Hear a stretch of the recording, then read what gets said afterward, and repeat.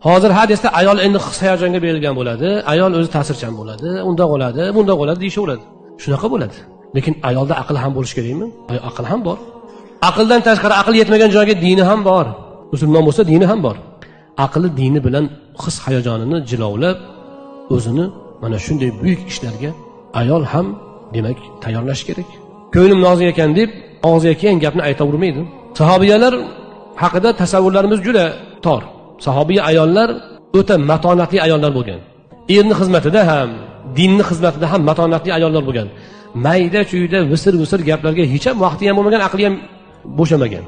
Ayollarimizda juda katta quvvat bor, juda katta imkoniyat bor. Lekin mayda chuyda o'tkinchi narsalarga bor hayol berilib qolganidan buyuk ishlar qolib, o'shanaqa ikir-chikir ishlar bilan og'rib qolishadi. Aslida esa islom ayolni mana bunday buyuk xislatlar bilan uni ulug'lagan.